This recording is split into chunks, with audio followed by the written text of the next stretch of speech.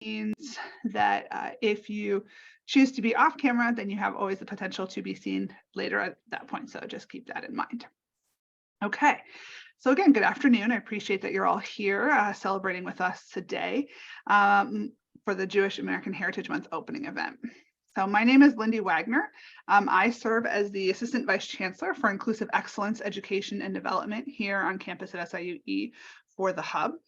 And as we begin this month-long celebration, it's always important to remember the significance of this commemoration.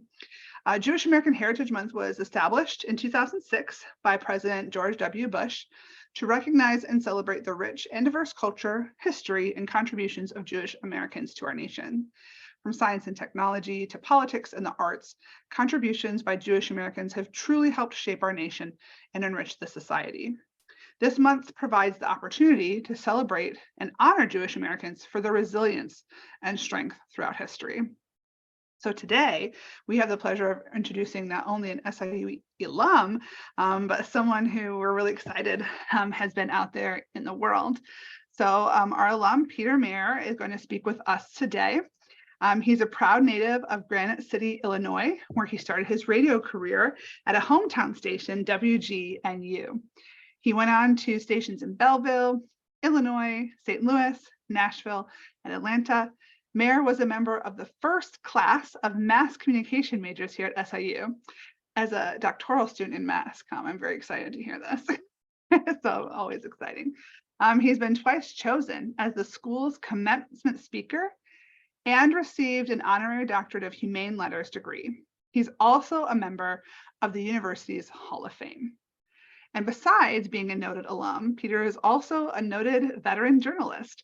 Much of his career has centered on his White House coverage from the Carter to Obama administrations. Prior to his retirement, Mayer covered the White House for CBS News Radio for nearly 20 years. He previously reported on the presidency for NBC Radio News and Mutual Broadcasting, and his assignments include major world summits, political campaigns, and elections, and he continues to serve as a CBS News contributor for special coverage. Mayor's assignments took him nearly every state and to more than 50 foreign countries. He was among reporters and administration officials evacuated from the White House on September 11th, 2001. He was also a member of the CBS News Radio team honored with an Edward R. Murrow Award for coverage of this tragic event of 9/11. He played a leading role in the network's Murrow Award-winning coverage of Clinton impeachment trial. He also won a Murrow Award for feature reporting. Mayer is a 5-time recipient of the Merriman Smith Award for presidential reporting under deadline pressure. He also received the 2019 Walter Cronkite Faith and Freedom Award from Interfaith Alliance. He was inducted into the Society of Professional Journalists Hall of Fame and the St. Louis Media Hall of Fame. He also received the St. Louis Press Club's Lifetime Achievement Award. He was honored with Overseas Press Club citations for his coverage of the 1985 Mexico City earthquake and the Reagan-Gorbachev Moscow Summit. A longtime member of the White House Correspondents Association, he's also served as a board member and an officer. Mayer has served as a guest lecturer at the George Washington University, George Mason University, American University, and the University of Mary Washington. He was a visiting fellow on the presidency and the press at the Marlin Fitzwater Center for New Communication and New Hampshire's Franklin Pierce University. He's also a member of the board of the National Interfaith Alliance. And I don't know about you, but I'm very excited to hear from him today. So with that, please, of course, give any sort of emoji warm welcome for our own Peter Maer. Thank you for joining us. Well, this is great. I'm always thrilled to be involved in anything at SIU Edwardsville, my great alma mater, even virtually, maybe next time in person. Thank you, Lindy, for reaching out to me through your excellent programming graduate assistant, Shavante Lindsay, who I see is on. Shavante and I have become great long-distance friends through the entire process. Hope to see you in person one of these days, Shavante. And I also appreciate your office administrator, Ashley Jones, for all the work she did to make this happen. I just think it really means so much, Lindy, that the university has this office, and I know at least one other to promote inclusivity and everything that is so important that goes along with this. And thanks to all of you for taking time out of your busy day to join us today, or maybe when you're watching this on YouTube in the future. I know it's a busy time with graduation coming up. It may have been a few years since I was graduated myself, but I know what this time of year is like. I was a member of the very first mass communications majors graduating class. I think there were 8 of us back then. The Fine Arts building still had that new building smell, and those vast parking lots where you left your vehicles today, ready for this? They were muddy fields, and some people called them the mud flats back in my day on the campus. My own roots on the farmland where SIU rose to what it is today date back to long before my mass comm days. As a kid, believe it or not, I used to hunt for arrowheads on a farm owned by my second grade teacher and her husband on the property that long ago became part of that campus. Now, before discussing this American Jewish Heritage Month, I want to just share a little bit about my own personal story. I usually don't go there, but since we're among close friends, I was born and raised in Granite City. I went through public school from kindergarten through the 12th grade. You're looking at 100% of the Jewish enrollment in my GCHS high school class of more than 700, nearly 800 students. While that could have been a lonely distinction, it never was, I'm happy to say. I never experienced any overt anti-Semitism. At home, my mom and dad constantly taught my brothers and me to respect all people, no matter what their background. I have to tell you, quite frankly, I recall that, back in the 1950s and 60s, the N-word was often heard in open conversation, casually back then, but never in our house. My parents laid down the law on that. I remember my dad saying, you're going to get your mouth washed out with a bar of soap if I ever hear you or anyone else using that word in our household. I remember my parents and my grandparents telling us that anyone who talked like that likely harbored the same bigoted thoughts about people of my faith and others. I want to tell you that throughout my professional and personal life, that I've always strived to stand up to hatred because accepted bigotry in any form is a threat to all of us, especially religious and racial minorities. I think that, as I look at this screen, I'm probably, in fact, I know that I am singing to the choir to this audience on these issues. But it really bears emphasizing at this moment, Lindy and everyone else, that when anti-Semitic speech and violence are at an all-time high in our country, it's worth mentioning, beyond worth mentioning. Now, it's a coincidence that we're joining together on the eve of what Jews and many allies observe as Holocaust Memorial Day. In Hebrew, it's called Yom HaShoah. It's the anniversary of the Warsaw Ghetto Uprising by the desperate Jews against their Nazi captors in World War II. Today, most of the battles against Nazis and other hate groups take place online. Would you believe that one episode played out just within the past couple of weeks at an intermediate school just down 159 from your campus? A veteran teacher in Collinsville, Betty Baumgartner, saw 2 of her 12-year-old students raise the Nazi salute and proclaim Heil Hitler to a third boy. She told me that she was, to say the least, flabbergasted, especially when one of those boys told her, "Hey, Miss Baumgartner, Hitler is cool." She immediately decided to teach her entire class a lesson about anti-Semitism and the Holocaust, after, of course, she corrected the boy and told him why Hitler was not cool. She found a Holocaust survivor's story on YouTube, and she had the class sit in there at their desks and listen to this woman tell the story that is so sadly typical of having her head shaved, being separated from her younger brother in the line outside of a death camp, and being separated from him and from other family members, how they all died in the Nazi gas chambers, and she somehow survived. Now, some of the kids in Mrs. Baumgartner's class, according to her, audibly gasped as their discussion continued that day. and they learned of the horrors of the Holocaust. I have to tell you, when I first heard about this troubling situation, I assumed that it was a case of sheer hatred involving these three 12-year-old boys. But Mrs. Baumgartner told me that no, it was not hate. It was sheer ignorance picked up by these kids wandering into some dark corners online. She told me that the children who are in, frankly, an all Hispanic class at Doris Intermediate School, they know all about racism because some of them have been the targets of it themselves because of their dark skin. Those boys who displayed the Nazi salute were remorseful before school let out that day. Mrs. Baumgartner told me when we chatted over the weekend that she accepted their regrets, but she told them that she wouldn't let it happen again. She hopes that she's made a difference in their young lives, and I really think she did.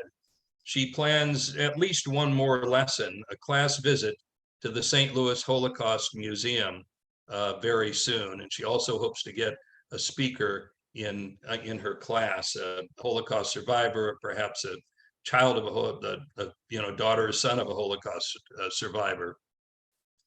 The Anti-Defamation League, which tracks these dismal numbers, reported that anti-Semitic incidents increased 36% this year.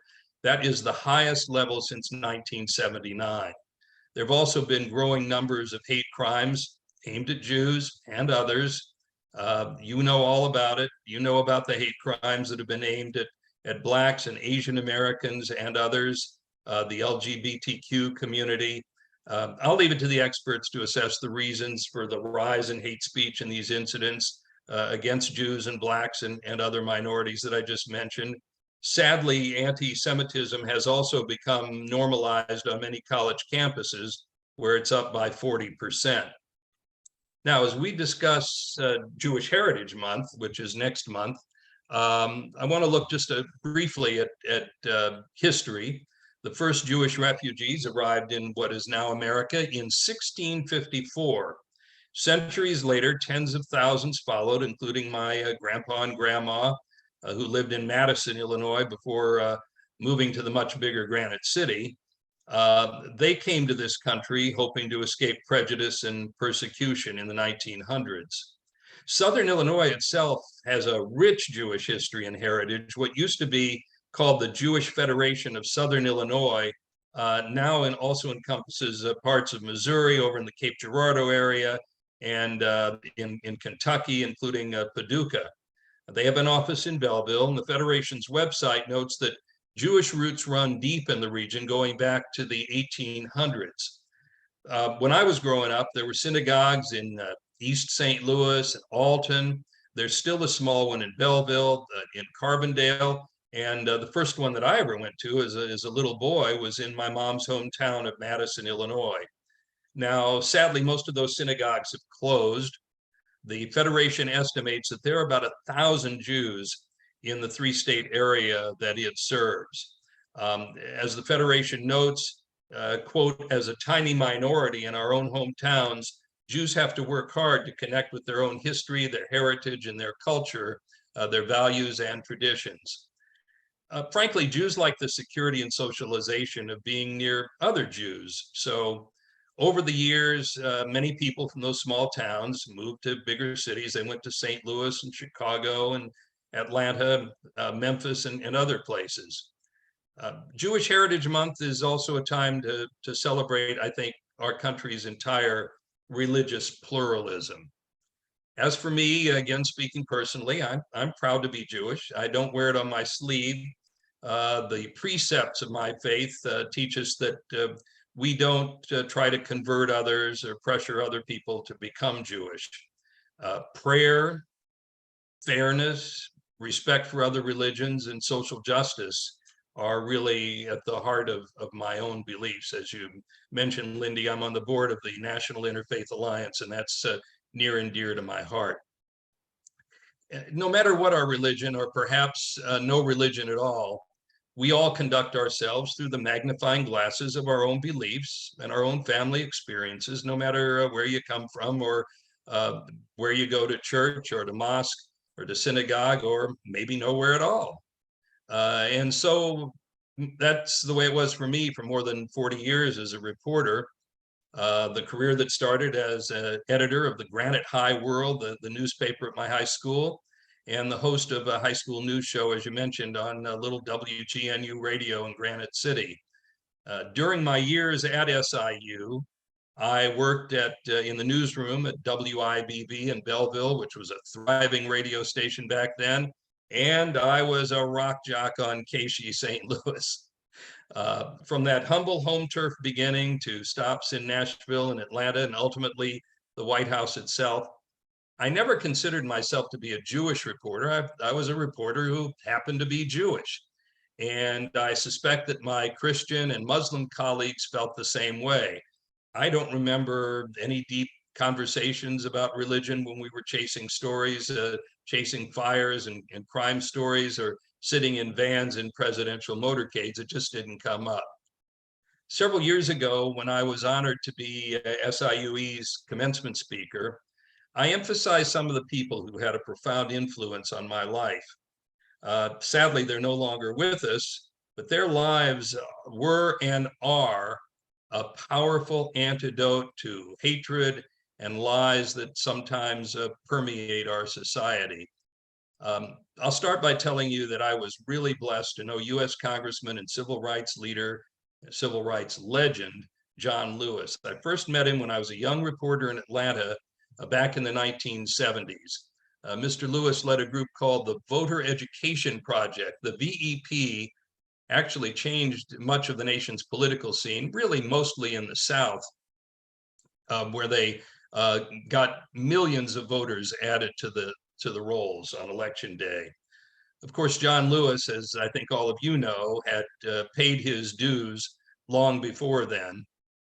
He was a lieutenant for a close ally for Reverend Martin Luther King Jr. He was one of the youngest civil rights leaders at the front of the line on that awful bloody Sunday march over the Edmund Pettus Bridge in Alabama, in Selma.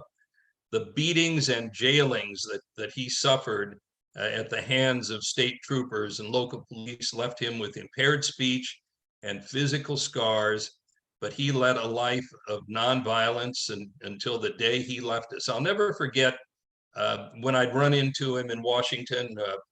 I think I last saw him at the LBJ Library in Texas on the anniversary of the Civil Rights Act. But there was always a warm hug when we encountered each other over the years.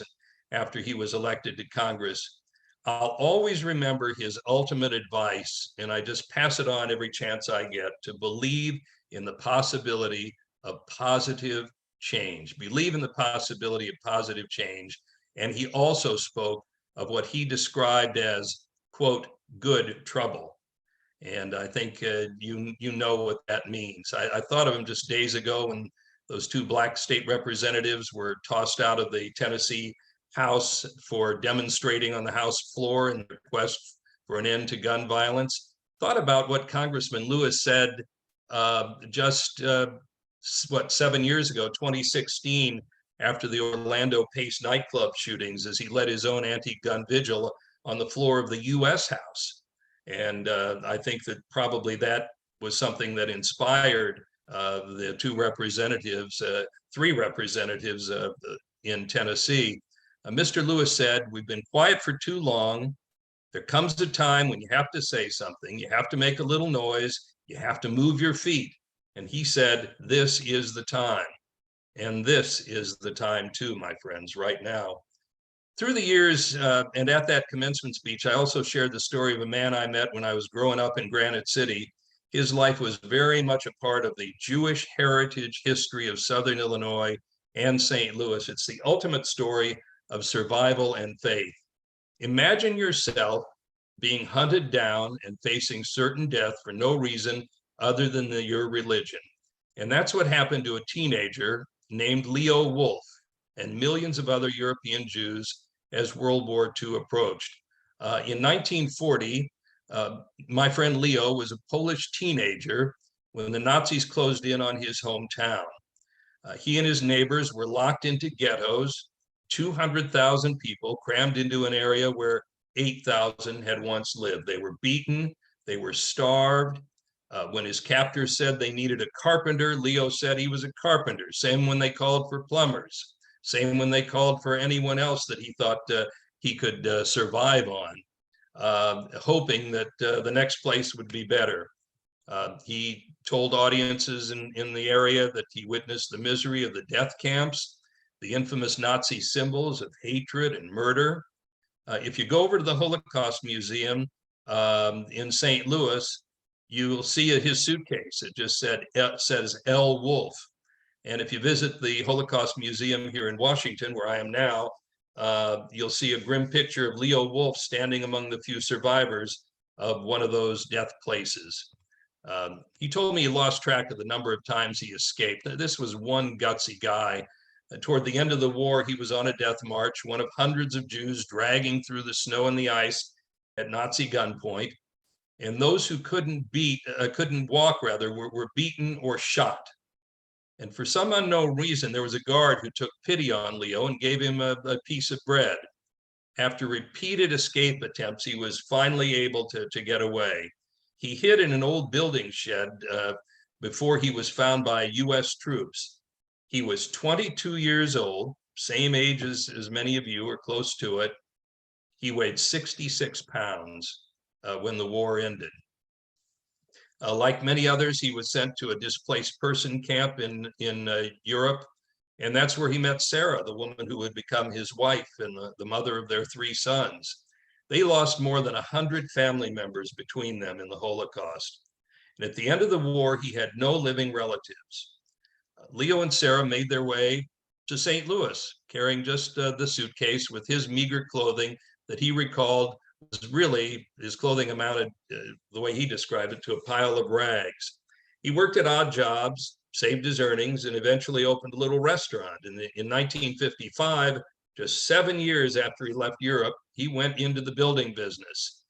And it amazingly became a booming construction company. L. Wolf Company built homes, hospitals, churches, so many Catholic buildings that the Archbishop of Springfield once joked to Leo that he'd blessed him more times than some Catholics.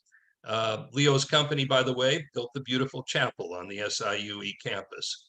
More important than any of the buildings he constructed was the life that the late Leo Wolf built, He called it the result of hard work and that will to live. He was so generous to so many community causes, including the hospital in Granite City. By the way, you can see that tattered suitcase with the name L. Wolf in the Holocaust Museum, as I mentioned. Leo and his family spearheaded the original museum, and his sons contributed, to the new building. Back in 1995, when I delivered the SIUE commencement speech, I asked Leo for advice to convey to the graduates that day. And his words, I think, apply to those of you who are about to graduate.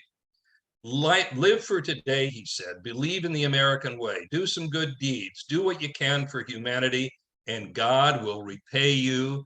And that guidance really resonates today more than ever. Leo lived in fear of another Holocaust, and today many Jews still have that fear, I have to tell you. I called Leo's son Harvey Wolf earlier today at his office in Granite City, and just wondered, and I asked Harvey, how would your dad assess today's climate? And without hesitation, Harvey said that his father would warn us that nobody has learned the lesson. There's still genocide all over the world, and Harvey said few people seem to care. And sadly, that's the case. There are a lot of caring people, like Mrs. Baumgartner, who I mentioned, and I think all of you. But, you know, it's a sad climate these days. Today, we see certain politicians and entertainers giving license to hatred, sometimes with anti-Semitic or or racist code words, other times in very direct ways.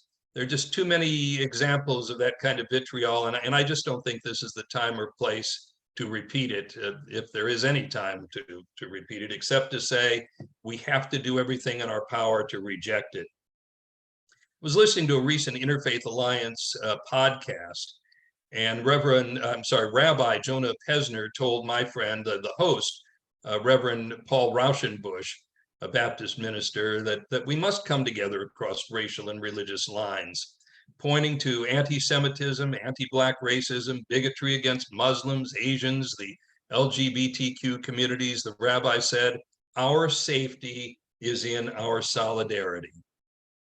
As President Biden said in his recent message marking the Jewish holiday of Passover, failure to call out hate is complicity. Silence is complicity. Remember Mrs. Baumgartner in Collinsville. She called out hate. I just want to wrap up with another, on a positive note. So I'll recall the words of another hero that I really had a lot of fun covering while I was working in Atlanta. The late baseball legend, Hank Aaron, believe it or not. He faced so much meanness and sheer hatred as he chased Babe Ruth's home run record. There were just a lot of bigoted people who just didn't want a Black man to have that record. Mr. Aaron told an Emory University audience that a person rarely gets the opportunity to do something great. And he said when that time came for him, only two things mattered: being prepared to seize the moment and having the courage to take your own best swing. So let's take our own best swings to fight all of the bigoted isms in the spirit, not only of Jewish Heritage Month, but the heritage of all of us who care. Lindy, I want to thank everybody watching for your attention. And I have to say, I look forward, as I always do, to my next visit to the campus. Thank you. Thank you so much, Peter. Feel free to share emojis or, whatever you'd like to do, everyone, to celebrate Peter sharing with us. I greatly appreciate your message for sure. And I too look forward to the next time that you will be speaking with SIU again. And again, hopefully in person. I agree. I think that would be very exciting as well. So I did mention that I forgot in the chat to let everyone know that if they have questions, to go ahead and put them into the chat. I'm going to talk a little bit about what's coming up for the hub for this month while you're thinking about if you have any questions. So if you do think about that, I'll circle back.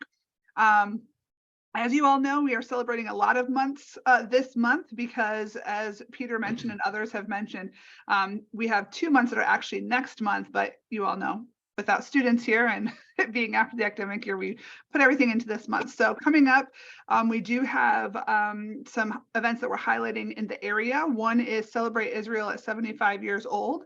It's located at the Jewish Federation of St. Louis in Missouri this Sunday at 5:30 p.m. And then another one is the Stanberg Lecture Series with speaker Isabel Wilkerson. I don't know if anyone has read some of her books, but they're quite phenomenal. So I'm very excited that we have access to such an author in our immediate vicinity. So there's information about the time and the tickets found on the Hub's website, as well as some of the other advertising you might have seen around on campus and our social media. So those are some of our exciting events coming up. So be looking out for those, as well as, of course, the celebrations for the other Heritage Months that we've mentioned in the last couple of weeks, if you have been able to share as well.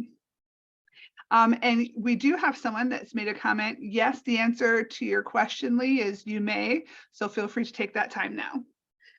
Hi, Mr. Maer. How are you? Hi, Lee. First and foremost, I thank you. I knew when I saw in the email that you were going to be here. I heard you on campus. I think it was back in 2014 or 2015. And I skipped class to be there. I knew I had to be there because I was like, oh my gosh, this is so, and I left there just in awe. You are absolutely amazing. So I knew when I saw that you were going to be doing this, I said I had to be here. One of the last classes I took in seminary was Christianity and World Religions. And that was such an educational experience for me, growing up Baptist and growing up Christian. And it just, our professor, had I been thinking, I would have invited her to this, so I am going to share it with her. But you know, what you shared that night was about your professional experience. This I appreciate because you're sharing it from the Jewish perspective. I celebrated, even though I'm Christian, I celebrated Yom Kippur and a Day of Atonement this past, the latter part of last year, and I think it's September, October, I believe, if memory serves me correctly, because of where I am spiritually, and I just needed some reconfirming and some reconnecting. And I just want to say thank you. Keep up the awesome work that you're doing. And I would love to, hopefully you're going to, it's on your agenda perhaps to do some type of workshops or something, because it's needed. It's really needed. People need to be educated. Where were you in seminary? At Louisville Seminary in Louisville, Kentucky. And I enjoyed it. It's one of the best experiences of my life. And So are you ministering now?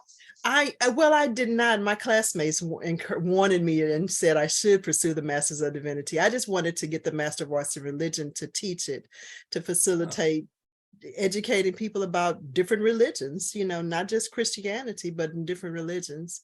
So being able to teach Sunday school and enhance my understanding theologically and everything. So Isn't that some story about the teacher in Collinsville? yeah, that is. I had not heard that. Well, Oh my God. I don't think anybody heard it until today. Someone that I know is a friend of somebody in her family, and they just happened to tell me about it last week. And I said, you know what, I'm going to call her and ask her. I said, you know, I'm not going to mention your name or the school when I talk at SIUE. And she said, don't worry about it. Just use my name in the school, and hopefully it'll do some good. So I hope that her story is spread far and wide. So. Yeah, and when you mentioned about the similarities between the it's amazing how we've gone from Negroes to Afro-American to African-American to, I'm like, what am I today? I don't know. But anyway, I'm being facetious. But nevertheless, you know, how you said that there are so many parallels between the stories and between the cultural experiences. And I know my heart just goes out. 60 Minutes did a segment earlier this year on Holocaust survivors and how they're sharing their stories, getting them to share them. And you can see them, I think I want to say it's done via AI to some extent, but they're just so amazing how they've used technology to capture that reality for us.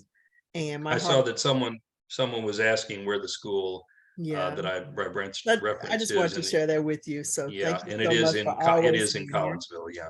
Yep. Anybody else? Thank you, Lee. All right. Thank you very much, Lee.